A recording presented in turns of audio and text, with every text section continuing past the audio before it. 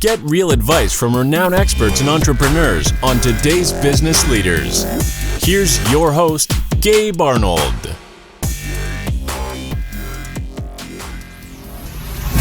All right, on today's show, I have Nic Peterson. He is the founder of Mastery Mode and has done many different entrepreneurial things over the years, and was introduced, as I mentioned, by a mutual friend, Ross Christofoli. And we've been in contact over the last couple of years, but finally got the show scheduled. So welcome to the show, Nic. Yeah, man, appreciate that. And happy to be here. I think I told you this, but anybody that Ross introduces me to is a world-class human. I think we probably went back and forth over the years. And then once Ross made the introduction, I said, should have talked to this guy sooner. So yeah, thank you. And you said something to me early on in our conversations a few weeks ago that really resonated with me and just really, I knew I was aligned. You said relationships are my currency. And we, you and I were talking about doing a project together that we ended up not doing. And often I think people, in business, when a project doesn't work out or something like that, it can be negative. In this case, it was the whole interaction was incredibly valuable and positive. And I knew, because you set that precedence in the beginning, going into it, that whatever we came up with would work out and be a good idea, or we would get value out of it. And so I admire that's one of your principles and that's how you operate. Yeah, man. Likewise, feel the same way. Yeah, appreciate the same things about that interaction. So yeah, definitely. So as I always start out, I want to ask you when you first realized that you were an entrepreneur. Oh, that's a tough one because entrepreneur is such an interesting word, right? People say it now, and the way, you develop these filters where people say one thing and you go, oh, you actually mean another thing.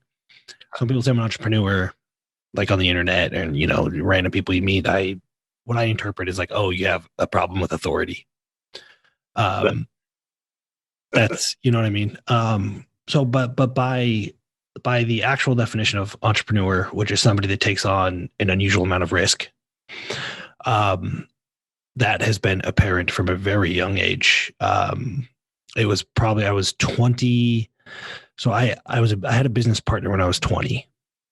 He gave me half of his business, but I didn't have my own thing until I was 21. It was on my 21st birthday. And it was probably then when I realized something is wrong with me, because everybody that cares about me, that is really smart, like the people that I respected and they are educated or, successful, said, this is a really bad idea. And here's all the reasons it's a bad idea. And I said, okay, noted. I'm going to do it anyway. Yeah. And so it was probably it was my 21st birthday that it just so happened that, when all the paperwork came through and the lease and everything, it just happened to be on my birthday. And it was probably then when it was like, yeah, I'm not going to fit convention. Mm-hmm. And it just, been a series of, just to share this with anybody that's entrepreneurial, it's been a series of, over the last 10 years, a series of finding, how much risk is too much risk, what is appropriate, when am I being an idiot, and when is it appropriate? And, always trying to find that line. But it was the day I opened my first business against everybody else's counsel. What happened with what type of business was that, and what happened with it? It was a gym. And here's how I knew I was an entrepreneur after that. Entrepreneur, but by my definition, because a lot of people say, I want to be an entrepreneur.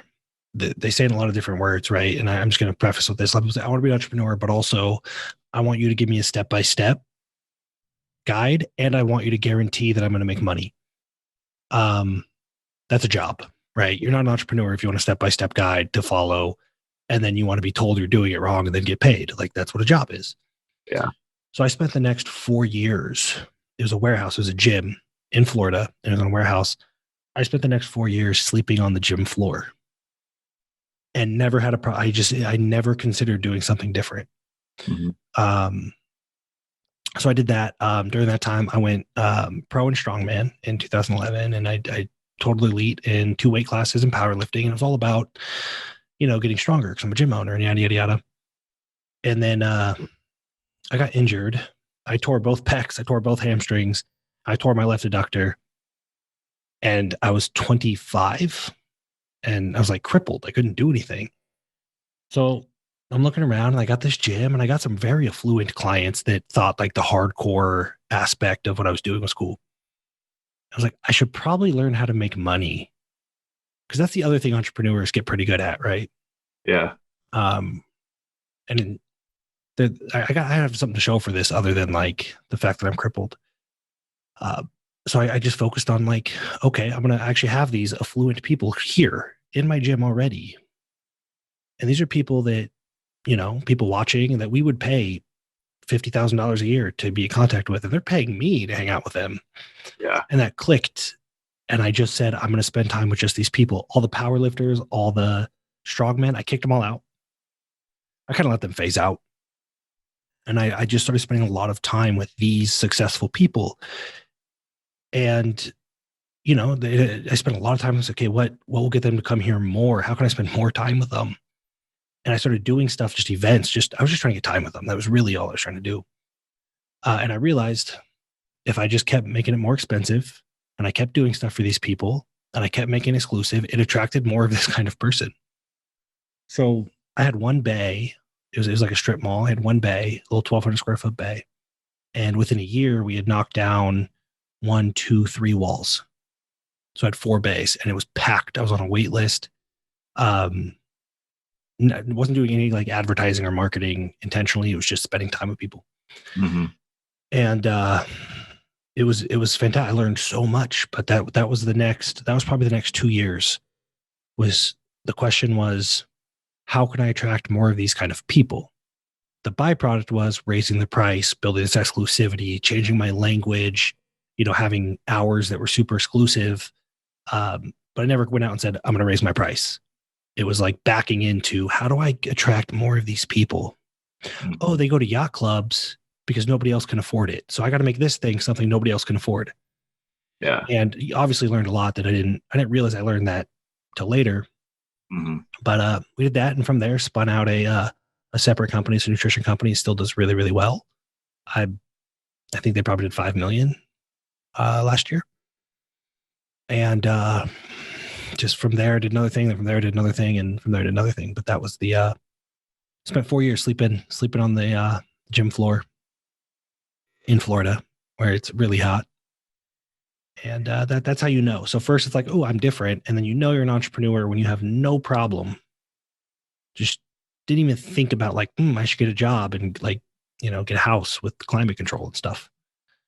I just learned how to make money.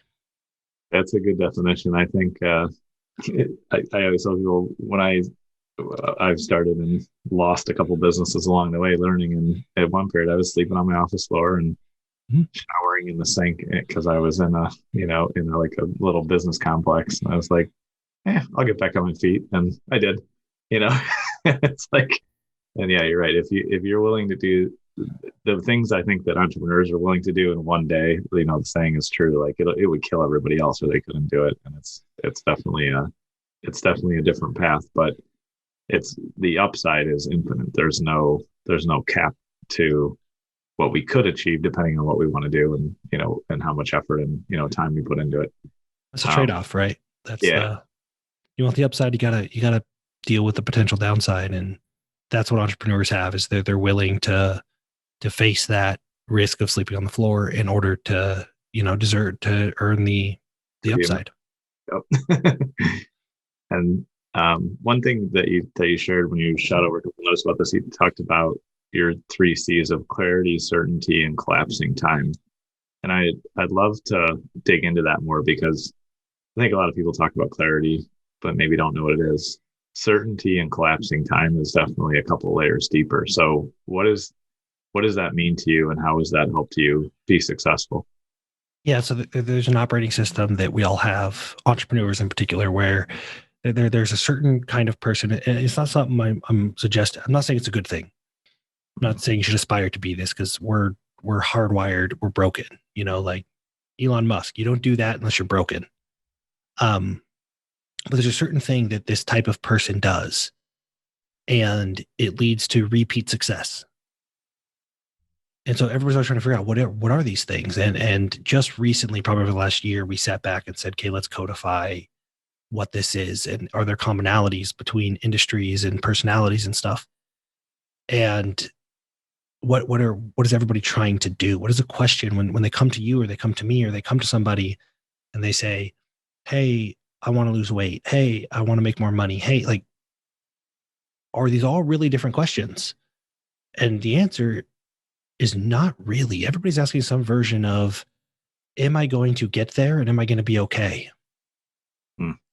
Right? It's some version of, I want to make more money because I'm not sure I'm going to be okay. I'm not sure I'm going to be able to pay for my kids' college, right? So this is all like tip of the iceberg stuff. This is what they're asking, but what do they really want?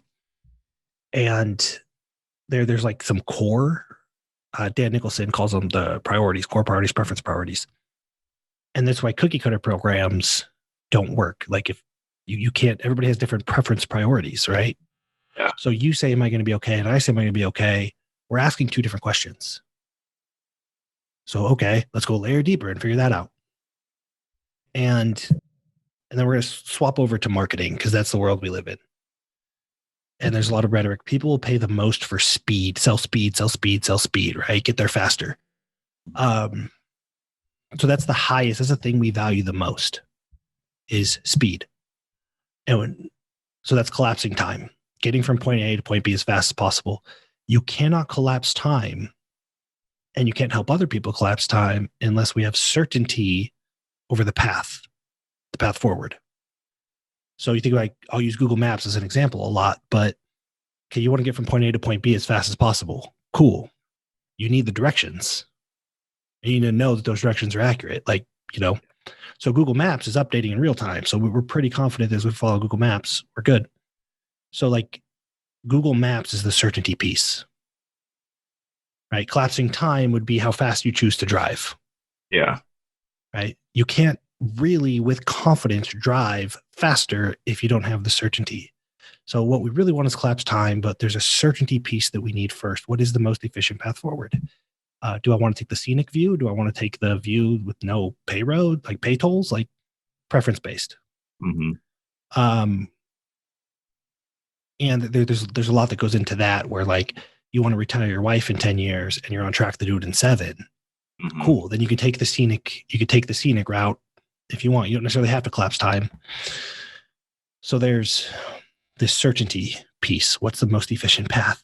That's what most people are selling. Right. They're selling the certainty piece. Come into my program and I'm going to get you from A to B. Yeah. The problem is, and this is why most programs fail, is why most people fail. This is why programs seem to work for everybody else, but they don't work for us. We can't have certainty without clarity. Now people talk about it all the time, but everybody skips this, right? Back to Google Maps. Mm-hmm. It only works. You only have certainty if you are certain that it's starting you where you're at and it's taking you where you want to go. Yeah. Right. So, and there's all these preferences too. So the question's not, do you want to make 7 figures? In my opinion, it's really like, what are we trying to accomplish? What is point B? What does that life look like? You want to make sure your wife never has to work again. You want to be home for dinner as long as your kids are in high school, and you want a second home. Mm-hmm. Right. So the clarity piece is where you're at. I have this much cash in the bank. I'm making this much. There's this much volatility in my business. And this is how much time I have. And this is what I want. I want a second mortgage. I want a second home. I want to retire my wife, yada, yada, yada. So the most efficient path forward, in my opinion, has to consider all of these things. It's possible that building a funnel and a high ticket offer and taking sales calls would increase your revenue quite a bit, but get you further away from spending time at home with your kids. So we're not getting that clarity piece to really figure out what the most efficient path forward is. It also turns out people will pay good money for clarity, decent money for clarity, just confidence they can move forward. They will pay more for certainty, and they will pay the most for collapsing time. Gotcha. I have found the deliverable doesn't really matter that much. You could have the same deliverable all the way through. Phone calls. 2 phone calls for clarity, a year of phone calls for certainty, And then once you have full certainty that we're going to get there in the timeline that you think is appropriate, like, look, on paper, if things continue, you're going to reach all your goals in the timeline you determined, and boom. But at this level of service, we can collapse that down from 10 years to 7 years. And when they can see it and they have certainty, they will pay almost unlimited amount of money for 3 years, but only if they have the certainty, right? So we're always trying to figure out where people are. You're the clarity piece. People come on, listen to Clubhouse or phone calls, and we got to figure out, like, are you in a clarity piece? Because you got to hire somebody, you got to work with somebody to help you the clarity. Yeah. Do you have the clarity? And the certainty piece is the technicians, right? You know what needs to get done. You just got to hire the right people to do it. Yeah. And the collapsing time piece is obviously complicated. That's in order to collapse time, you got to take on risk, which means you need somebody to hedge the risk. That's like advanced accounting and stuff like that. But those, the 3 C's are really important because for a consumer and a marketer or a company or a brand, because if you're trying to collapse time for yourself or for someone else, and they don't have certainty on the path, they will not succeed. Right? Yeah. They're going to start and stop and start and stop and have questions, and then they're not going to get the success that you promised them. So it's really important that clarity precedes certainty, and certainty precedes collapsing time. And we've been working really hard on helping people understand kind of where they're at as a consumer, and also as a business, right? How do we articulate this, help people figure out where they're at, and then deliver the thing that they know how to appreciate. Mm-hmm. Right? You can't appreciate the certainty without the clarity, and so on and so forth. That's excellent and very easy to understand. I think people overcomplicate that, and you're right. Like, I think I know I've definitely missed steps, and sometimes I've just fallen into it and it works. Mm-hmm. Looking back and go, oh, that's why it worked. But I think that I often, when I'm in ideation mode, or like being entrepreneurial and come up with ideas, try things, risk things, I don't know if I've always established a foundation of clarity. That's probably where I can tell why it's the first one, because that's where I think I've struggled the most over the years. My guess is, and this is why I said some people didn't answer, my guess is, and this is why I built this for me and my partners, is you've actually done it, right? Because you're an entrepreneur and we have this risk tolerance, Mm-hmm. We naturally go through this clarity, certainty, and then you go, oh, I get it. We can make this happen faster. Mm-hmm. I built this framework so that I can identify faster where I'm at, so I can condense that clarity phase. But that's a lot of what we do, is kind of figure out, like, I don't know where I'm at. I don't know where I want to be. And Sure. I'm okay with that. Yeah. But our clients and our customers they're not okay with it. They don't have the same risk tolerance. That's true. Yeah, no, I'm pretty comfortable being uncomfortable. It doesn't bother me much. So it doesn't matter what stage I'm in business. I can, like, well, whatever happens, I can sort it out and figure it out and land on my feet, or not, and still get on my feet again. And you have at least you have a couple companies, at least one that I know of, and the difficulty is, even if you're consulting with somebody at a high level, right? And one, we can't tell them, like, it's cool, just, like, fall down and get back up. Like, that's not what they pay for. Right. And two, sometimes we can see it. We have clarity for them, but we don't stop. And I make an event out of the whole clarity piece. Mm-hmm. You see this? No? All right. Well, what about that? And I'll spend 90, 100, 500 minutes. Like, I'll spend 6 hours, which most service providers skip because they can see it. And they're just like, just trust me, I can see it. And it's not fair to the client or your partners or consumers or the people watching your videos to just ask them to trust you and not help them see the clarity that they're going to need to buy into the certainty piece, right? So it's really about helping. We're going to do it naturally, and we're going to see it for people, but people like us all have to stop and say, okay, let's take a day and help them see what we see, so that the next step is nice and smooth. We don't do that. We just go straight into, like, consulting, right? Right. That's really wise because there's definitely times I've been super frustrated of why didn't they get it or why don't they see it? Or I've made what I thought was a clear explanation of the risk or what I would avoid doing. And then they just don't listen. And then it doesn't work out. Surprise, surprise, because they don't understand. And that's definitely an area where I can serve at a much higher level of saying we're going to pause in a sense at this step until we're crystal clear. That's really good advice. Here's a trick I'm going to tell you because I teach this and I just want the audience to hear too. The way you can make an event out of it took me a long time to back into this because that didn't make a whole lot of sense because people do free strategy sessions. Is I charge for that diagnostic process. Mm-hmm. I'm all the way up to $12,000 for 2 phone calls where we do this, but it started at like $397 because like people, I do strategy sessions for free. But you get so good at, you charge for it, and a few things happens. 1, you're not as attached to the sale because you're getting paid for your time. Yeah.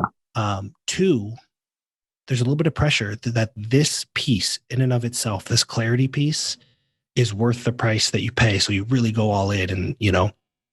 And then what happens is because they pay for this piece here, they now value your intellectual property in your plan. They're not paying you hourly or whatever. And you lay out the plan step by step. Does this make sense? Does it say, here's all the things that you're going to need. Here's all the things you don't need. You're going to want to pay for this stuff. Don't. There you go. Just paid for this time. You're welcome. And what happens is they just go, okay, can you do this for me? Yep. Because they see it and there's no sale anymore. What I do is I charge for it and I try to make it as high price as possible. Don't care about the money as much because we all know the money's going to come on the back end. Right. It's and valued by your client then, which is important. Yep. And I have this thing where like, I never want anybody to be like, what did I just pay for? So if you're paying $5,000 or $12,000, I'm going to make that in and of itself a like full blown product. Right. So what most people do as a free strategy session, I've turned into a full blown product that people refer to. Like there's like, you have to go do that thing. And we can, through that process, we can show them, look, we just saved you $100,000 in mistakes, and you can show the value. Yeah. So it's been pretty cool. That's good to hear and good confirmation because over the last 2 years, I've started moving that direction. We're not at that price point, but we're almost halfway there. And man, we get better clients. They get better results. It's easier to make the little pivots or adjustments over the years of working together because we foundationally agreed on where we were going. And that's definitely wise advice. I always tell people, if you're not charging your clients or not charging them enough, you're screwing them. Like that's all that's happening is you're unintentionally screwing them if they don't really value it and show up in a way that's going to help them get value out of the time spent. And the second, and we touched on this a little bit, but the second thing, there's the price point and there's the assumptions. It doesn't matter how much somebody pays you. I mean, maybe to some extent, like you might give Jay Abraham $120,000 and, you jump through a million hoops to get there. But really, anytime you think to yourself, God, why don't they see it? Why don't they just trust me? Like we got to introspect a little bit and say like, well, how am I not being clear? Like, it's not fair to just ask people to trust you. But how much they pay you, because they're still like, just take the time to let them see it. It'll save you so much more time later on. Yeah. I know when I started out consulting or building things or, 15, 20 years ago now, and I didn't take time to explain anything. It just all backfires. It's super expensive. You have messy relationships at best, or people that hate you in the end. Mm-hmm. You don't do the work. And that's what I enjoy in our interactions, because I always tell my team, like, it's 100% our responsibility to deliver communication. So that means in order for somebody to understand, we have to do all the work, and we have to be willing to do all the work to make sure that they have the opportunity to understand and clearly understand what we're trying to communicate. And that's serving at the highest level, which I think is how you actually grow and scale and, build businesses like you have. I mean, that's definitely the answer of putting the work in, because the communication is the hardest part, I think. Yep. And it's the part no judgment because everybody has their own thing, but it's the part that like most coaching programs and it's the part they try to skip. Yeah. Like you look at suggestions on how to scale your business and it's some version of avoid conversation at all cost, right? Yeah. Put them in group, sell them this, sell them like just anything but talk to people. And in my experience personally, the things that made me the most money and made offers the most scalable, it's counterintuitive because it's actually taking the time to talk to everybody. Mm-hmm. It's again just my experience. But anytime I see somebody say, you know, just do this, and I translate it as, you know, avoid all conversation. That's it. It's very likely to blow up because you avoid the conversation. Assumptions are made. You know, everybody's on a different page. Everything blows up, and everybody's mad at each other. Yeah, which happens a lot. Yeah, and it's, the deeper I get into marketing, and the more we do, the more I just keep coming back to like foundational principles of if you really want to scale your marketing, then you need to have more conversations with your clients. Mm-hmm. Document what you learn, and you just need to continually have more and more conversations, because if you're really in their head and you understand them inside and out, it's really easy to make offers. It's really easy to serve them and help them. And you can offer the right product the right way, right price point, right packaging. And you're right, in the internet marketing age that we've experienced and grown up through, it's like everybody thinks it's a click of a button or, write some fancy copy, but you can't write the right copy if you don't know who you're writing to. And the gratification of technology misleads us to think that we can shortcut, having deep, long, thorough, and multiple conversations about things. And what you said earlier, I love too. I did a video on this recently because I was irritated about what I was seeing out there of like the number one marketing channel you need to develop is providing an amazing client experience, providing an amazing product. And like you just shared earlier, you didn't market your gym in the beginning. You just made it amazing for the people that came. And then there was a wait list and the price went up and everything. You didn't have to run Facebook ads to create that, Yep. And that's what people miss, is like creating an amazing client experience, creating really an amazing product comes down to, really talking to your clients. Yeah, I think so. There's a preference. There's a preference in there, right? Like here's what makes it easier for me, because I get the allure of internet marketing and I get the water faucet of leads, but if we can get clear on that clarity piece, all the way back to the gym, something I did naturally that I can kind of retroactively fit in the framework. What I wanted at the time, my priority was to spend more time with a particular kind of person. Mm-hmm.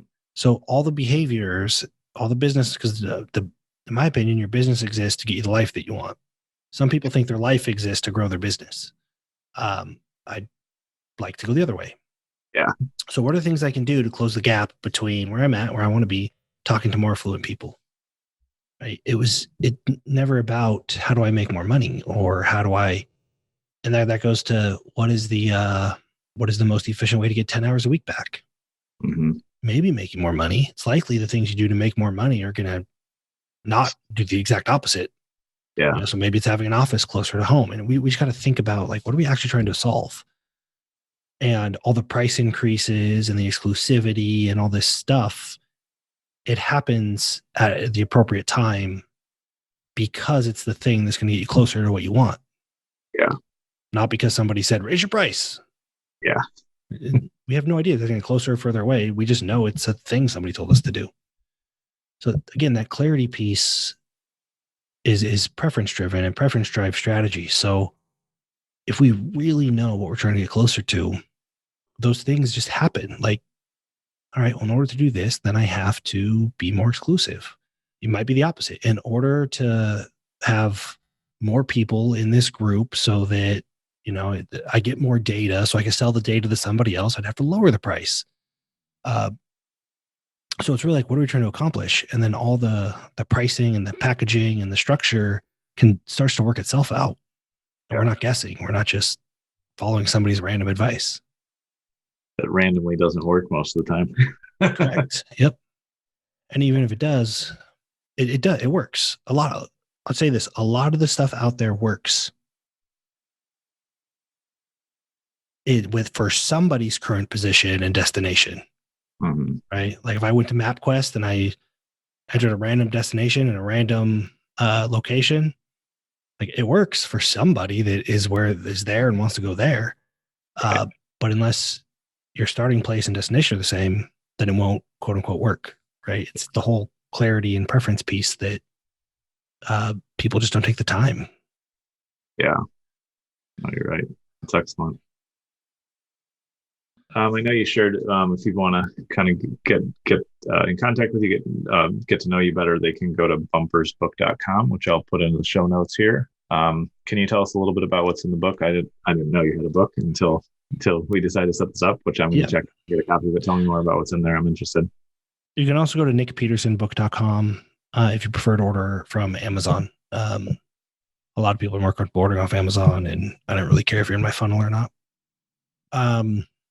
It's like the foundation of the clarity piece, which is like there's this concept again from Dan Nicholson where I used to talk about this all the time, but he has better language.